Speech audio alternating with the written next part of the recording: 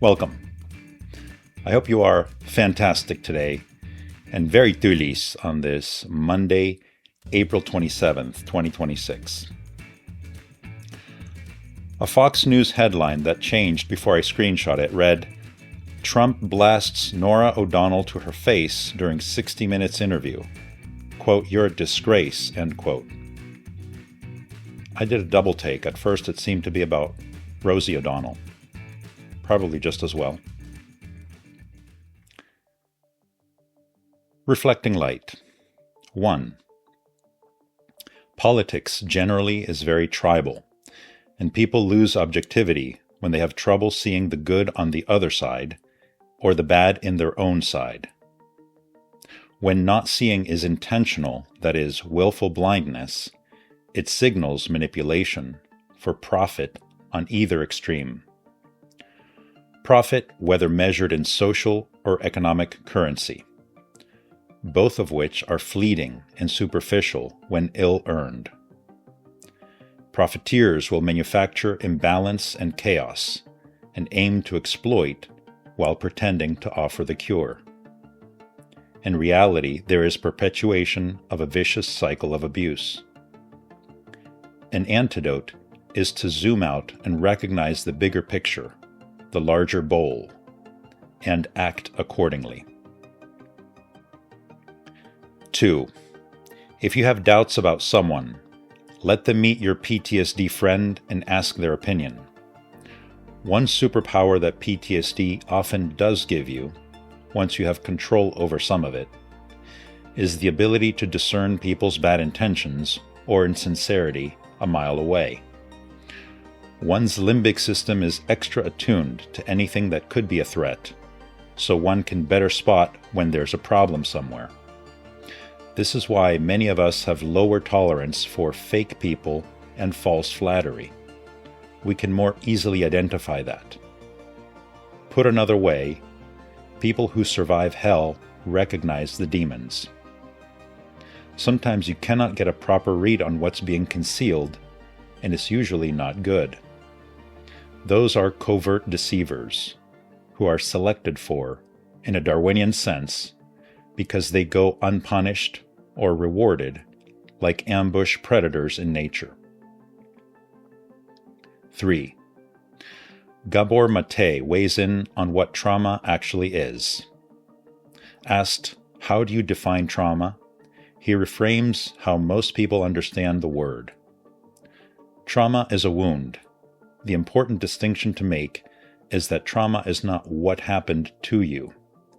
It's what's happened inside of you as a result of what happened to you. He illustrates this with his own story. My trauma wasn't that my mother gave me to a stranger. The trauma was the wound, which is that I perceived myself as not wanted. I perceived myself as abandoned. Who gets abandoned? Somebody who doesn't deserve to be loved. That internal wound, he explains, then shapes an entire life. So then I developed this sense of not being good enough, not being lovable enough. Now that means I spend much of my life trying to prove that I'm good, that I'm lovable, that I am important, which then drives all kinds of behaviors, which then create more problems. Gabor draws a sharp line between the event and the wound it leaves behind. The trauma is not the event, that's the traumatic episode. The trauma is the wound that happens inside of you. We can break down PTSD, post-traumatic stress disorder, with the decision to put order in the disorder. Recognize that you are not alone, because everyone experiences stress. Identify the real traumatic events and reframe them to recognize the aftermath in you, to separate the trauma episodes from one's true inner worth. Your authentic, intrinsic worth is priceless, far beyond all add-ons, titles, pretenses, or episodes. 4. Beware of being led into hating someone who has done no real harm to you. It's easy to absorb other people's opinions, especially when they come from those we trust. Stories get passed around, narratives get twisted, and before you know it, you're carrying feelings that were never yours to begin with. But not every opinion deserves your agreement, and not every judgment deserves your belief. You owe it to yourself to see people through your own eyes, not through someone else's bias.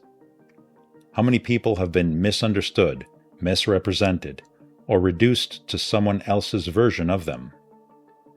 Choosing not to hate without reason is not ignorance, it's awareness.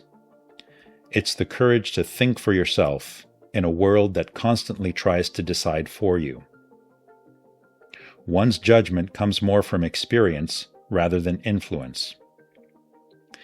There is an aphorism that goes, "Good judgment comes from experience. Experience comes from bad judgment." While one cannot blueprint a clear solution for some issues, one can navigate and make one's own course corrections. When you zoom out a little and think of it less in terms of good or bad, or right or wrong, then you can forgive yourself for not knowing earlier what only time could teach. A lyric apropos of the current times. We carry a sensitive cargo below the waterline, ticking like a time bomb with a primitive design. Behind the finer feelings, the civilized veneer, the heart of a lonely hunter guards a dangerous frontier. The balance can sometimes fail. Strong emotions can tip the scale. Don't want to silence a desperate voice for the sake of security. No one wants to make a terrible choice on the price of being free. I don't want to face the killer instinct, face it in you or me. So we keep it under lock and key. It's not a matter of mercy. It's not a matter of laws. Plenty of people will kill you for some fanatical cause. It's not a matter of conscience, a search for probable cause. It's just a matter of instinct, a matter of fatal flaws. No reward for resistance, no assistance, no applause. We don't want to be victims, on that we all agree. So we lock up the killer instinct and throw away the key. The song Lock and Key by Neil Peart with Rush, from Hold Your Fire, 1987. Lock 'em up. Until you see me again. Duliness saves the universe. Be well, everyone.